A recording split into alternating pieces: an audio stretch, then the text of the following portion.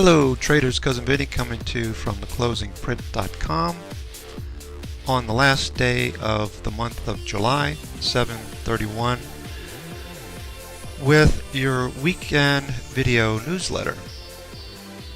In this edition we'll talk about the indices which were mixed last week, 12 days in a sideways pattern on the S&P 500, the IWM and the comp as well as the NASDAQ 100 fared much better, and the Dow Jones was lower.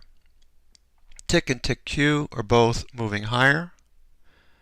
The NYSE formed a bearish cross last week, and the NASI looks like it's starting to stall.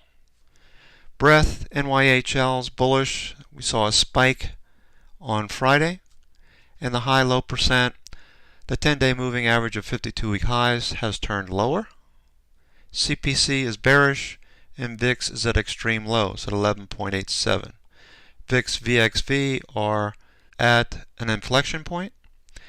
And of course, we have the US dollar with the biggest drop since June the 3rd, moving from 97.53 down to 95.34 in a week's time.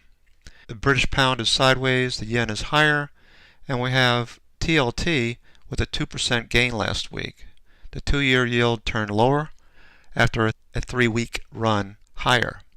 Crude is lower, gold is higher, and copper is range-bound. Sectors: the best sector with yields dropping is IYR, real estate showing significant strength last week, followed by biotech and healthcare, which are linked, XLY and XLK. The Fed signals economists talking no rate hike until December, after a 1% average GDP, the worst expansion since 1949. And we'll cover the IBD 50 through the lens of the 10E Stow MACD setups. Finally, Bukowski's CPI signal is mixed since 7/29 on Friday, and we have 3 of 5 green on Bukowski's blog. Starting with the S&P 500, one of the things I've been paying attention to is the correlation between the energy sector, XLE, in the lower panel and the S&P 500 in the upper panel. For the most part, peaks and valleys have seen price action for both moving in the same direction, so we had a positive correlation as we dropped here in late June. XLE also dropped, S&P 500 followed. XLE, though it did bounce on Friday as a result of the drop in the US dollar, S&P 500 continued to move sideways for 12 trading days in a very narrow range. If the dollar does move higher on Monday, that should have an impact on crude and XLE, and I would expect the correlation to return at some point. If not, then we have some ambivalence in the market. Here is the comp, which, as previously mentioned, did quite well last week, rallying 1.22%, and the NASDAQ 100 rallied 1.38%. We broke out of this broadening pattern in late June, early July, and flagged, then pushed higher.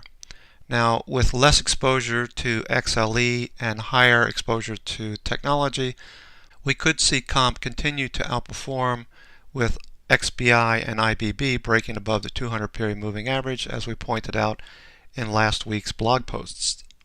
Small caps also performed quite well last week, gaining 0.56%, so 0.5%, with a spinning top on Friday and dojis on Wednesday and Thursday.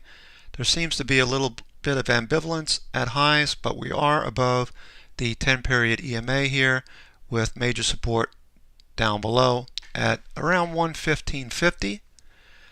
Stow is in the red zone, turning lower, and MACD continues to drift off. So we do have some bearish momentum, though it is above the zero line. So watching small caps this week, it'll be high on our list. If we continue to see this push higher, there's a possibility that the indices could follow suit, with NASDAQ and IWM leading. The New York Stock Exchange composite of 2,000 stocks continues to flag in a narrow range, similar to what we saw on the S&P 500. We are above the support level, down below at 10,500, and then major support down here at this breakout level, just below 10,500. MACD's in a red zone turning down, but what's most important with this chart is the high-low percent. This is a 10-day moving average of 52-week highs. This did turn lower over the last week and a half, so there's something that we're watching in terms of breadth. This had reached 98%, so when 98% of stocks are making 52-week highs on this index, it's something to consider going into the week ahead and the month of August. Seasonally, not the strongest of months.